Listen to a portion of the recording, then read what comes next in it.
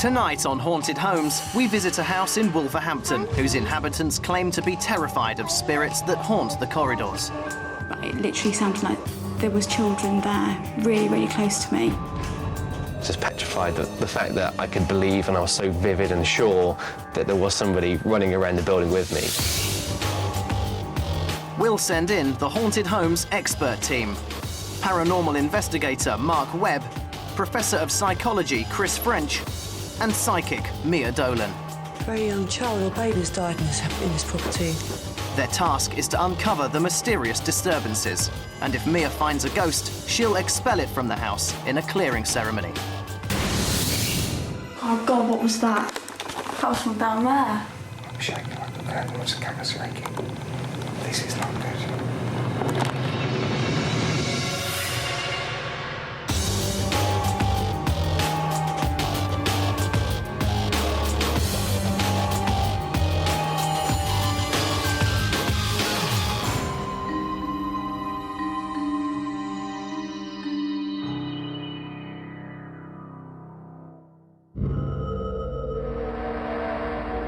The returning dead are regarded by some believers as frightening and demonic. With 50% of Britons believing in an afterlife, perhaps you've even experienced something supernatural. Tonight, we investigate Normanhurst House, said to be a children's orphanage that was converted 30 years ago into a local radio station. People working there are convinced they've witnessed apparitions of children playing and ghostly shadows. The first member of the Haunted Homes team we'll send in to investigate is Mia Dolan, one of Britain's leading psychics. A psychic just means that I cover different areas in the paranormal. When I'm working as a medium, it means I'm working directly with spirit. I speak to ghosts. I speak to dead people. Even in death, we have choice. And some people choose not to go over when they die, because they are so connected to their material possessions and what they think is theirs by right. Even in a house where you've got one person who really doesn't believe in all that stuff, but they can't explain what's going on, they're still very pleased to see me.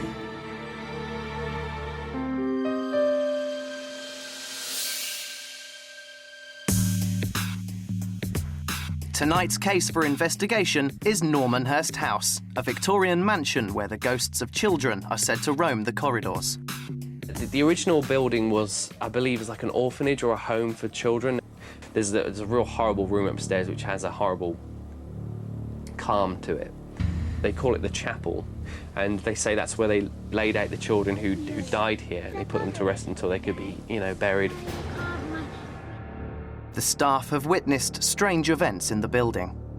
The temperature can change in a room really quickly for no reason. People have also said that they felt that there's been someone with them, but when they've looked, there hasn't been. Lights been switched on behind locked doors. On the main staircase, you do get this horrible, unbalanced feeling. There were rumours of people getting pushed. Quite a few members of staff over the years actually have fallen down the stairs.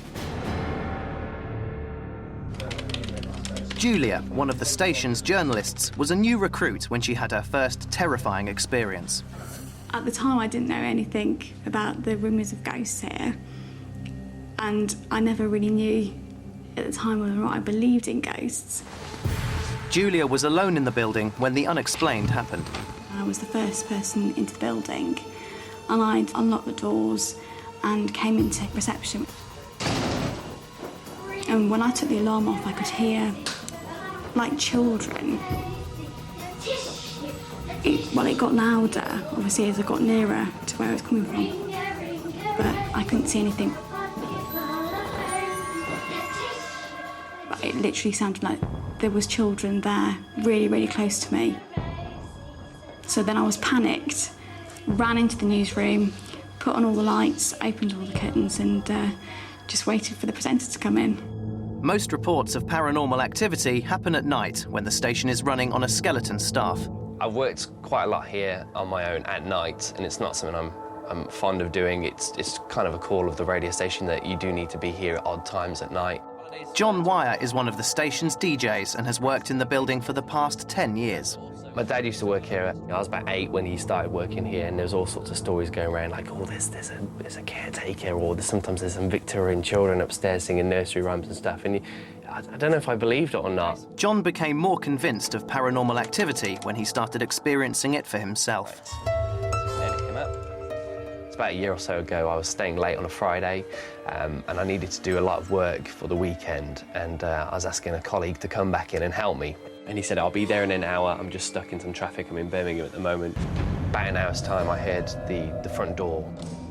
There's somebody walking through reception, running up the stairs, open all the doors. And I thought, right, he's here now, let's get cracking. And he didn't actually come through my door. He searched throughout the building for his colleague. In the end, I thought, I can't find him. Just find him by giving him a call.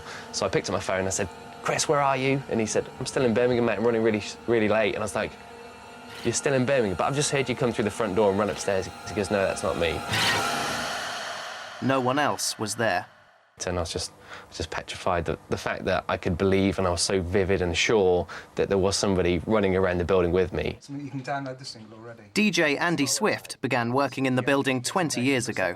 When I first started here, a few things would happen occasionally and you'd dismiss them until I actually physically saw something one night. Andy was doing the graveyard shift, and apart from the security guard, he was alone in the building. It would have been about 3 o'clock in the morning. I was on air, and I was turned away from, with my back to the wall, working, and I turned and put my headphones on to speak on the radio. And as I turned, I thought I saw the shoulder of somebody walk past me. I just presumed it was the security guard who had popped up from reception. So I carried on, I did my link, took my headphones off, turned around to say hello to him, and he wasn't there. There was nobody in the studio. Andy was convinced someone had walked past him and contacted the security guard in reception. When I said, have you been to the studio in the last 10 minutes? He went, no, I've been sat on reception. My immediate reaction after I found out it wasn't him was panic. He actually stayed with me for the rest of the show. I wouldn't be left alone. The staff believe the problem is intensifying and are worried about what might happen next. When I'm working here on my own, it does make me worried. I do wonder if something's going to happen now, whereas before I didn't have that. You know, it's only a matter of time something else could happen again. In an attempt to get hard evidence, we gave John, Andy and Julia a video camera. They spent the night alone in Normanhurst House. Julia and Andy begin the night's proceedings. Right, and there's just one last light to switch off, which are the lights underneath here. Right, we are completely in the dark. Where are you, Julia? Don't leave me. Right. They settle on the landing, in the place where they believe they have heard children in the past. We've definitely switched the lights off, haven't we? Up here. Yeah. Okay.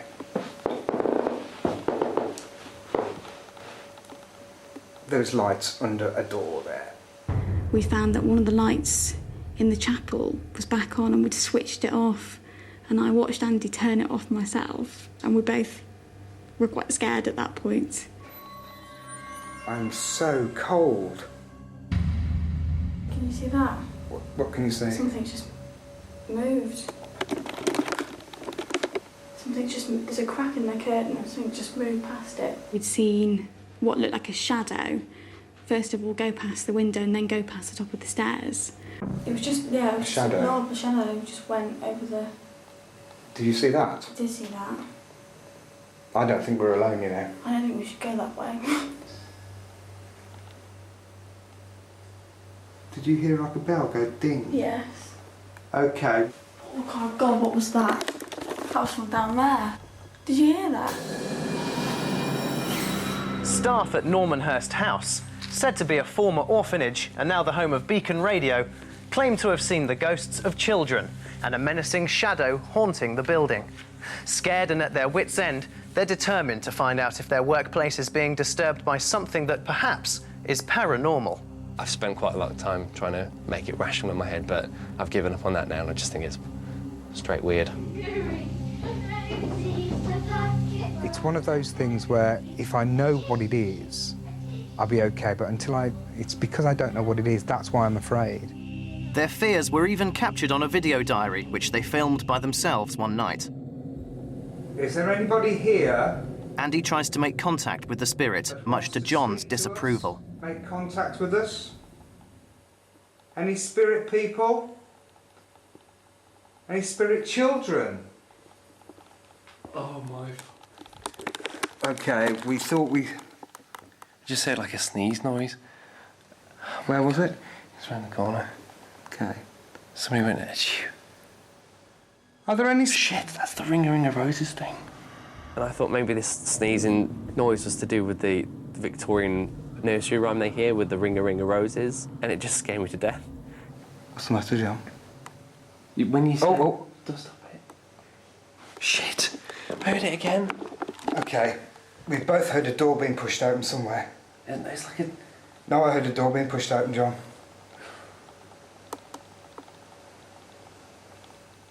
When you were calling out people, they weren't responding. So I don't even say it. They weren't responding. Okay, Can we turn the lights on? No. We've had no response from anything until we said children. And then we heard a door go. Every time you said it, I heard a little noise. Yeah. And that's when things happened. I'm shaking like the fan. Watch the camera shaking. This is not good.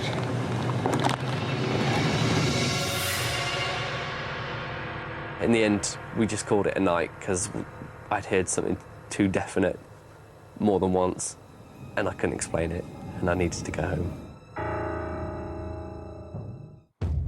This video experiment terrified all those taking part. Andy and his two work colleagues, John and Julia, have now decided to call in the Haunted Homes investigation team to help them solve the mystery and discover if they really do have a ghost. Coming to the rescue are Chris French, a professor of psychology at Goldsmith University, paranormal investigator Mark Webb, and psychic Mia Dolan.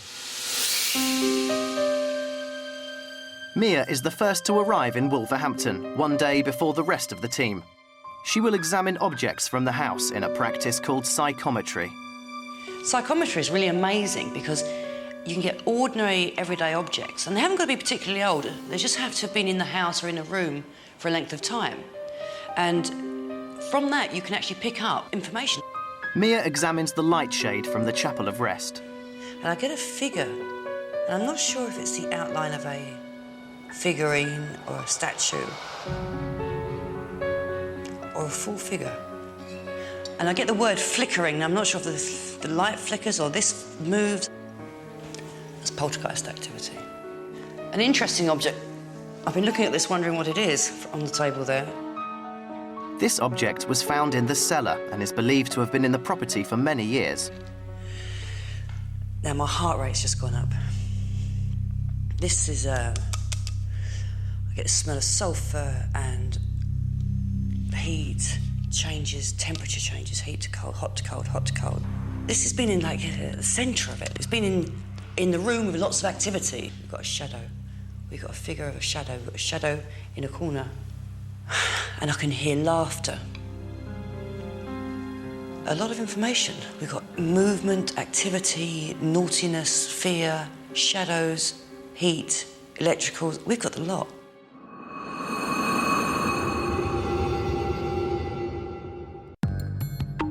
The following day, Mia arrives at Normanhurst House. Mia has never seen the property before, and apart from the few objects from the psychometry experiment, has no prior information about the case she is to investigate. Walking up the driveway, it's like this immense house that's sitting there brooding. She tours the house alone before the other experts arrive in order to get a sense of any paranormal activity without being disturbed. It's interesting that I normally want to go straight off somewhere, but the door is pulling me back. Something's happened with this door. I reckon the door's rung, the door's been knocked, people come in, there's nothing here. My heart rate is going like a claps. It's like so active. I've never had an active entrance. We've got movement down the whole corridor. We've got a ghost that walks down.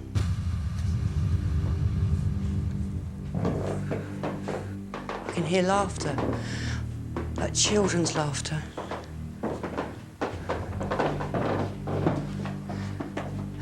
Footsteps running, laughter, and doors banging, and people coming in and out of doors up here. It seems to be coming from over here. Mia enters the room known as the Chapel of Rest, which the staff believe was used as a holding place for children that had passed away. I'm drawing up there. That feeling on my throat is getting worse.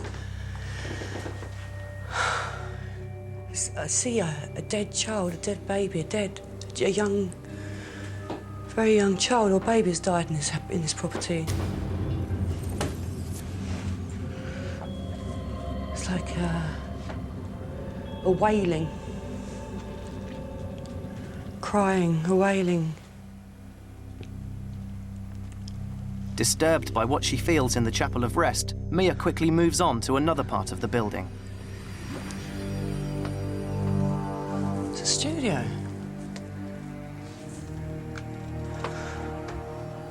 That's interesting. I've never been in a haunted studio.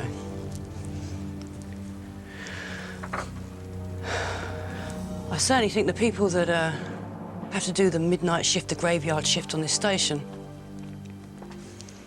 have been interfered with. So the person in here the most is going to be sitting on the chair.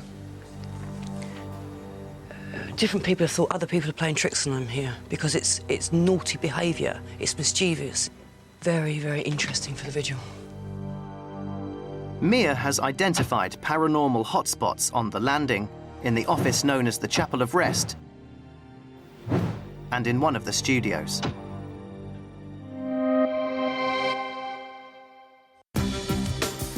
Mia is accompanied by our very own paranormal investigator, Mark Webb.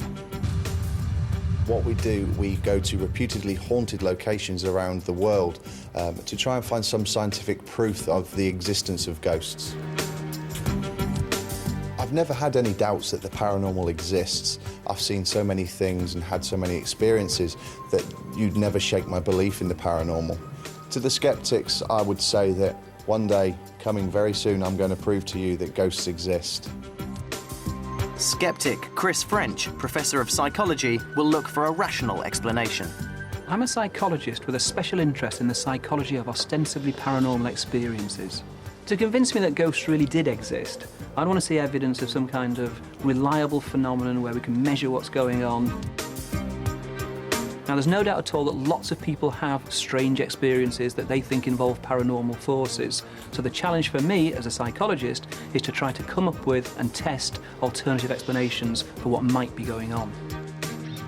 Mark and Chris tour Normanhurst House to make their own assessment of all the activity. Okay, this is one of two staircases we have here. John and Andy are keen to show them the landing where most of the activity occurs. The most recent one was Saturday evening. I heard running across the landing as if someone was running from one bedroom to another across the landing. Was that heavy sound or...? No, it's fairly light. It sounded like somebody fairly light on their feet, a child or someone quite lightweight. John tells Mark and Chris about the reports of the children singing nursery rhymes. I mean, with these nursery rhymes, can anybody actually identify what the nursery rhyme is? Yeah, this Ring a Ring of Roses. It's bizarre and it's recurrent, it keeps happening, and it's the same one over the couple of years. We've always heard this story and it's always Ring a Ring of Roses. The boys are keen to hear Mark and Chris's opinion of the Chapel of Rest. Now, the area you're heading up to now, as far as we know, this is where they laid the bodies out as part of the Chapel of Rest. A weird thing's happened in the last couple of nights where the radiators come on twice and we've turned it off with pliers and the next morning it's on full blast again. And there's also a story about the lights were left on. What's that? This happened the other night after doing the video diary with John. We switched all the lights off and left, and I got to the end of the drive, turned round, and the lights on the landing had come back on. And that happens all the time. I mean, I hate to kind of bring up the mundane, but I mean, have you had the wiring checked by an electrician? Has anybody checked that kind of thing out? There's engineers that work here. Yeah. We would need to be in, perfect condition to operate as a company, so the electrical stuff is immaculate, and that's the weird thing. OK, thanks. Thank you. OK. It's interesting. There's obviously, from a social psychological point of view, there's some interesting stuff going on here. Whether or not there's anything paranormal happening, well, I'm not convinced. Probably the most interesting to me and Possibly the one that we may be able to capture is the singing and footsteps on the landing area. I'm going to set up some recording equipment there, see if we can capture what's known as electronic voice phenomena, or EVP, see if we can capture any of those sounds that they report that they've heard.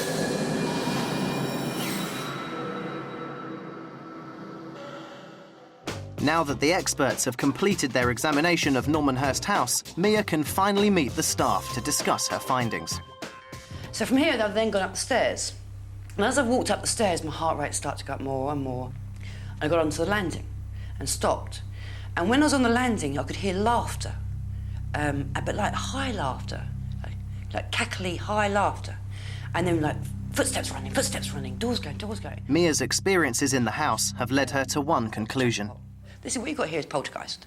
But poltergeist means a description of activity. And they move things, normally small objects, and put them in bizarre places quite often.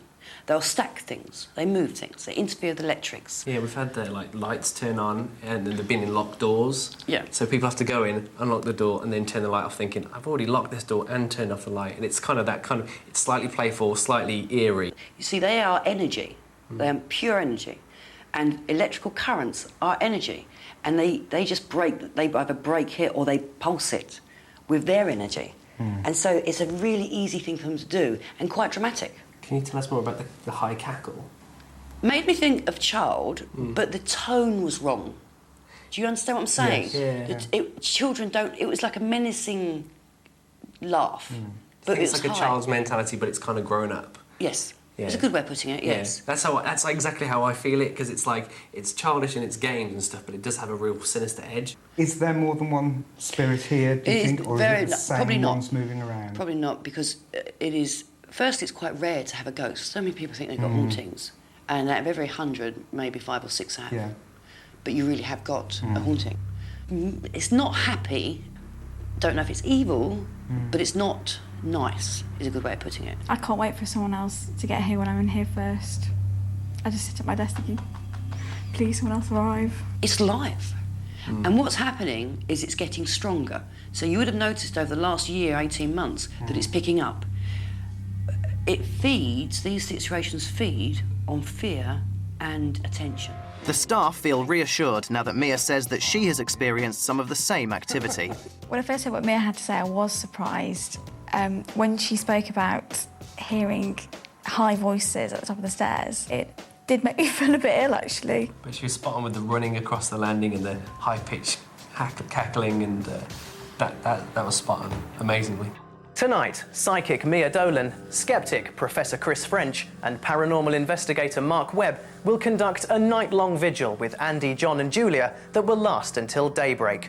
Their aim will be to discover precisely what has frightened staff at Normanhurst House and to see if there's any rational explanation for the supposedly supernatural activity.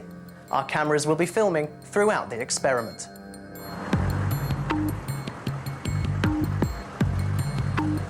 The 3 experts discuss their expectations of the evening. Well, I'm really excited about tonight. I think that this house is probably the best that we've come across. Mia and Mark are looking forward to an eventful vigil. I'm just interested to find out what's really excited you about the house. The landing upstairs, I got so confused with all this different information. I didn't know which area to go to. And that's been confirmed, that's like a hotspot. So I think we should really do something there. And the room, you know the room with the weird balcony area you go in? Yes. Definitely. So they're my exciting ones. The studio, I walked into one room, it's a recording studio, it's a radio studio. I didn't know I was going into it, but it's, I know they've had activity there. And I know you're all going to say it's because they're late at night and they're bored and their minds are wandering. But it was occurred to me. Yes, but it really struck me, and I think that from my point of view, it's because when they're on their own, it's attracted to them because they are the only people there. So that's the areas I'm interested in. Chris, although sceptical, is prepared to see if they can come up with something to convince him otherwise. But like you say, you know, they're working there late, they're tired. People do see things and hear things that aren't there. What will impress me is if we could actually get some, hard evidence So, I mean, what are you going to focus on tonight, Mark? I think it's really going to be a case of EVP, audio, try and pick some of the audio up. Is that the same as like that white sound, what they call white noise? That's the one, yes. So I've got some mini disc recorders. I thought maybe it's interesting that you mentioned it, the upper landing, where a lot of the noises are heard. I think we should have one there. And a lot of the sounds have been heard from downstairs. So I think if we rig one up downstairs, one upstairs, so if anything is heard, we can obviously see if it's been picked up in both areas. What I'll be interested in during the vigil is how will people interact? Is it going to be the case that when everybody's sitting around here in the dark, we get this situation where one after the other people are kind of psyching themselves up and get themselves off into a real state and genuinely frightened, but perhaps over nothing?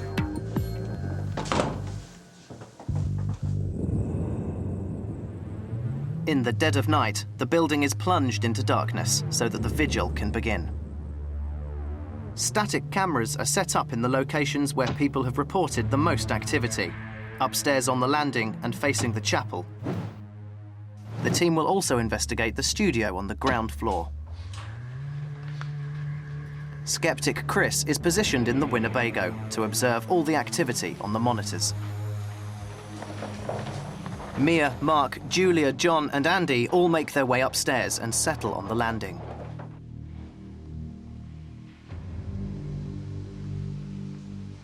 You okay, John? Yeah, just drawn to the stairs.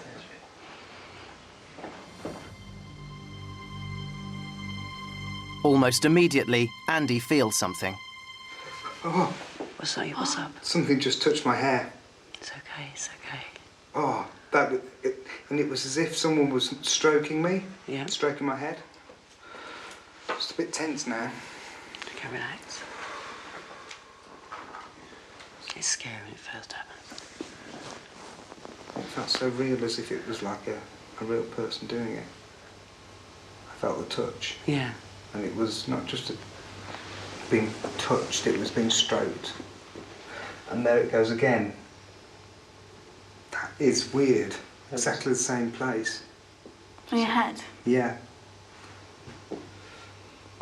Oh, God, I'm feeling cold. Okay, you okay? It's not going to hurt you, it's just going to frighten you. Relax. He's really shaking.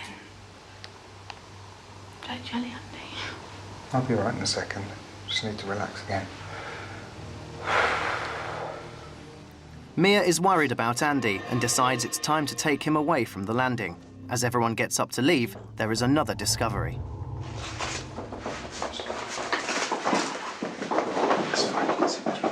The lights were on down in the back end of the studio. And you know that they were off? Well, we think that the lights were all off, weren't they? Before we started shooting, I walked round to my car. It was all off. They were definitely off. Yeah, top and bottom.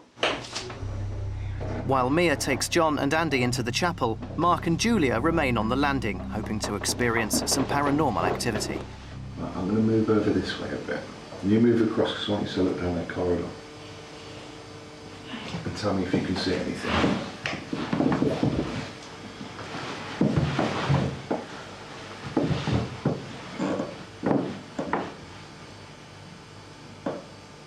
I can see funny lights down there. Mm.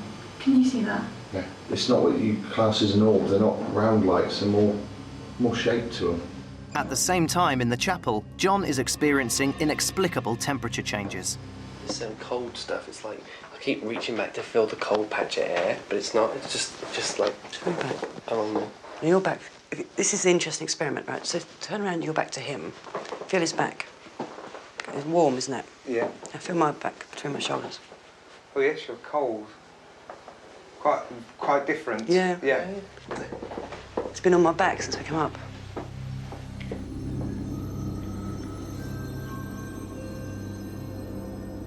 The activity continues on the landing as Mark and Julia hear a noise. Mm-hmm. Let's have a look. Do you want to come through? Do you want to stay here?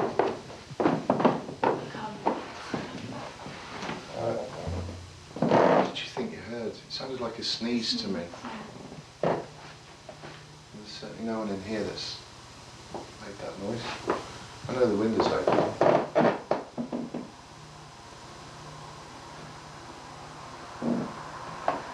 can't say I've heard traffic while I've been sat out there, so I wouldn't have thought that the sneeze would have carried either. Let's have a look in the other room. Well, no one in here. I can see something around him. Can you? Yeah, like lights coming around. Did you feel the temperature change around you? Yeah, that's what I was looking. It just seems to be like wrapping it. You know, like it goes round and it. There's no direction. Yeah, it doesn't go anywhere, and you can't feel where it's gone or where it's coming from. It just seems to go wrap around and just go off. Both Mark and Julia hear noises on the landing, but in the pitch black, they both presume the other is responsible for making the noise.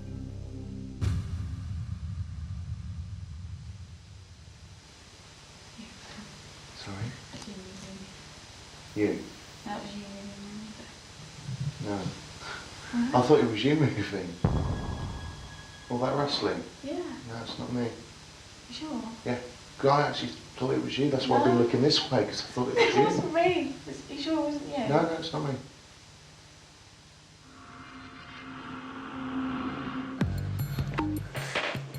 It's now 3:45 in the morning and time for a change of strategy. This time, Julia is to be left alone on the landing to see what happens. But can they hear me on the mic? Sorry? They can hear me on the mic. Grab hold of that, please. Mia and Andy decide to keep investigating the building, while John and Mark go to the Winnebago to watch Julia on the monitor. She's looking particularly spooked. Is she okay? I think she's up there on her own, isn't she? That's it, yeah. Julia starts hearing noises on the landing.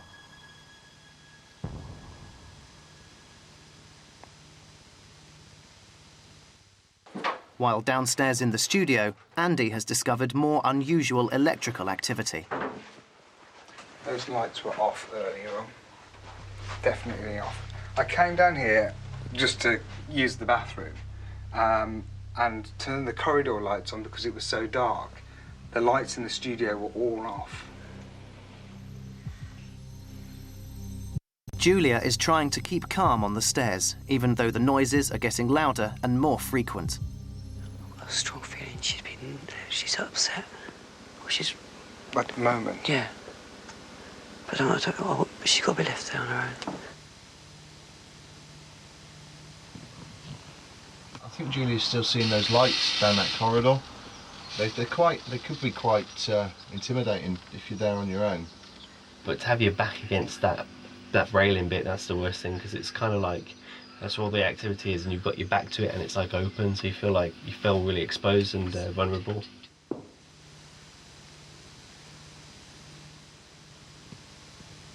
Just in a shadow cross over there. I'm really interested to know how she's getting on upstairs. So Yeah. we go to Winnebago, we can have a look on the monitor Okay. without disturbing her. Okay.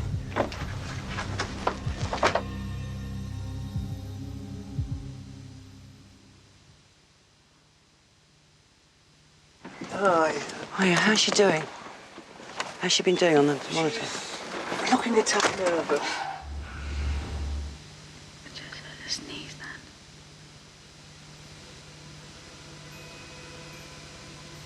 She looks very upset.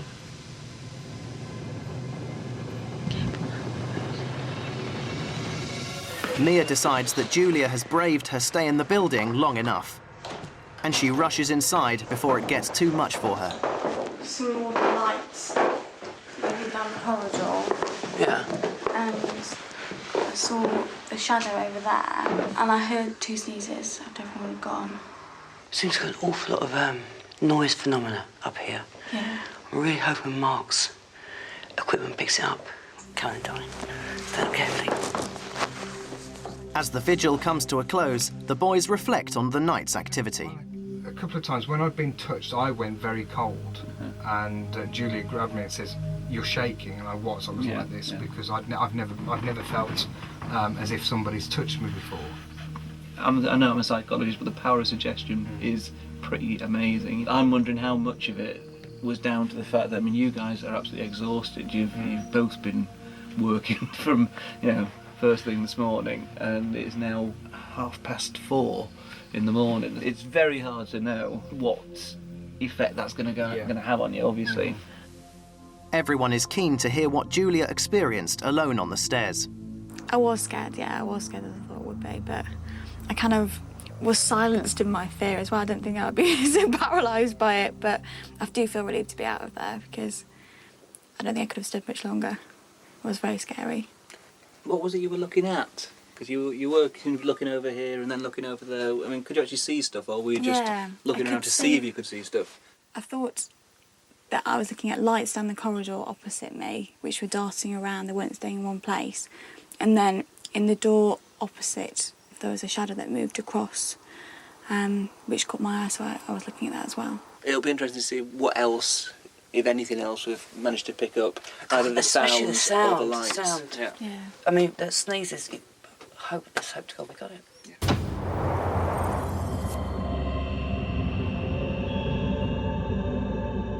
The following day, Mark believes he has recorded conclusive evidence on his equipment. Having reviewed the mini-discs that were recorded yesterday evening, I've now found the sound of what I believe was a sneeze. At the time, myself and Julia were sat on the landing area, and we too believe that that's what we heard.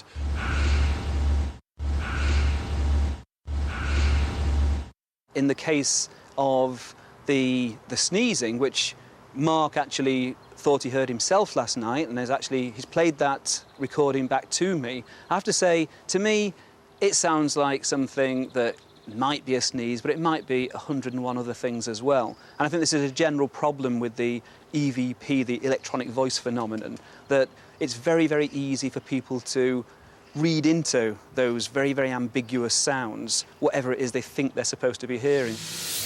Tales of ghosts, poltergeists, and dark phantoms are all very exciting. But what would you do if you believed one had moved in with you? Tonight, Mia says she'll get rid of the Normanhurst House ghost. She says she'll summon up the spirit and send it over to the other side in a clearing ceremony which lasts an intense 20 minutes. But in a dramatic twist, on the evening of the clearing, John mysteriously collapsed, possibly from exhaustion, leaving Andy and Julia to face the alleged ghost alone. So what we're going to do now, this is the clearing. You may experience stuff, you may not. And whatever happens at the end, it'll be gone.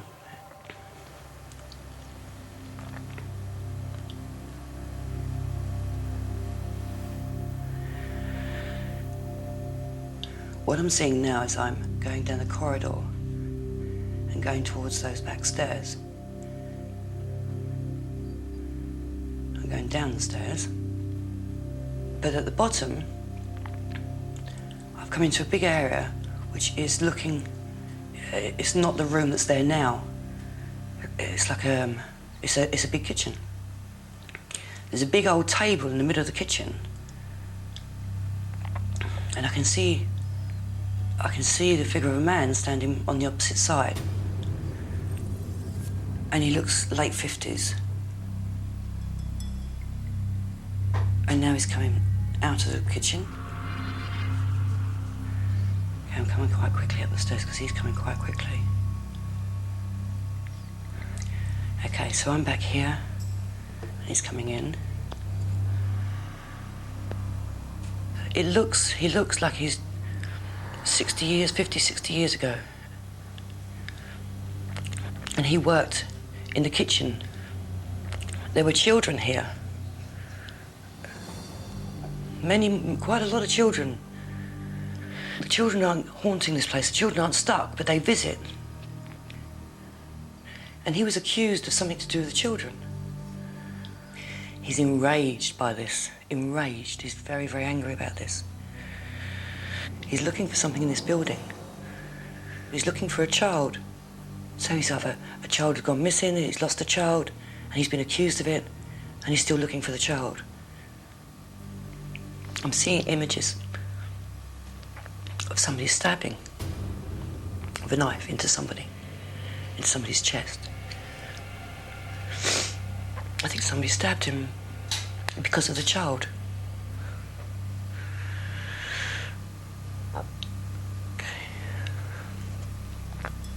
Okay, I'm going to send him over.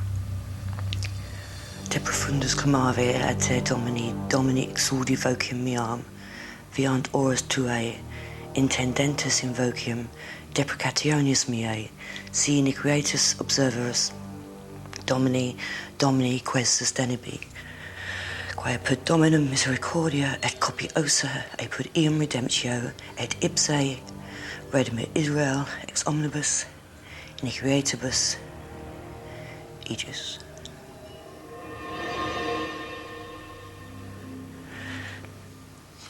Done. Gone. Once Mia recovers, she tries to make sense of what she says she's learnt in the clearing. Now, I don't know if the owner who lived here had a lot of kids or if it was used in some way for children. And I believe that something happened to one of these children and he was blamed for it. And there was some sort of kerfuffle and he got killed. But it was very quickly after being accused of something to do with his children. Yet he's not without blame and he's very angry. He was very angry and it's not pleasant. He wasn't very pleasant about it. You mentioned the children that come into the building, so we are right to the fact that we've heard children. We were confused last night. You said there was one entity here. Yeah, but the children are visitors. They're just They popping come in every so often. Yeah, have a play around and go again. Right. No danger, no problem, and visitors haven't got the energy to move things, to turn lights on. They can purely be here for a while, then go. Right. And that's quite light. Whereas the ghost, the haunting, it gets stronger and stronger and learns how to do things. Over the next couple of days, it will lighten up. What's really interesting is the next time you're here at night, on your own, you should feel a lot better. Well, we've got lots of information from what Mia was saying during the clearing. And believe me, first thing Monday morning, straight onto the internet, see if we can dig any information up to find out maybe who this gentleman was. Well, I'm hoping that whoever he was has gone, really, and that we can have, finally, a peaceful radio station where we can work and not have to worry about him lurking in the building. During the clearing, Mia claims she actually contacted the ghost of a man called Frederick, wrongly accused of a crime involving a missing child. She's unsure of the precise details. In 2 weeks' time, our cameras will return to Normanhurst House to see if the clearing ceremony was successful and if the ghost of Frederick has moved on.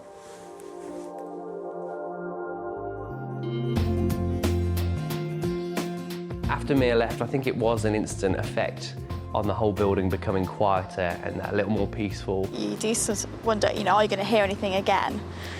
And I was sort of creeping around the place for a few days looking out for things, but nothing strange happened. It's completely different. It's tranquil, it's calm. You don't feel as if there's somebody just lurking around the corner or over your shoulder watching you. So the atmosphere has changed, but are they still hearing any noises? I mean, I did worry that I might still hear some of the children because obviously she wasn't able to clear them, but nothing's happened in that sense. So no singing, no footsteps upstairs, no running around, nothing's been completely quiet. And have they managed to find out any information about Frederick? Because he obviously wasn't a property owner here, he was just an employee. It's been very difficult to find anything. And of course we didn't have a surname, so unfortunately we've come up against brick walls trying to find out who Frederick was. Julia, John and Andy have helped all the staff at Beacon Radio to feel better about Normanhurst House. People have said that they've not had any more sightings or experienced anything with the ghosts, and that's reassuring to know that they've noticed something, because there was only 3 of us that took part in the programme, but everyone else here has said it's a lot better place to work now.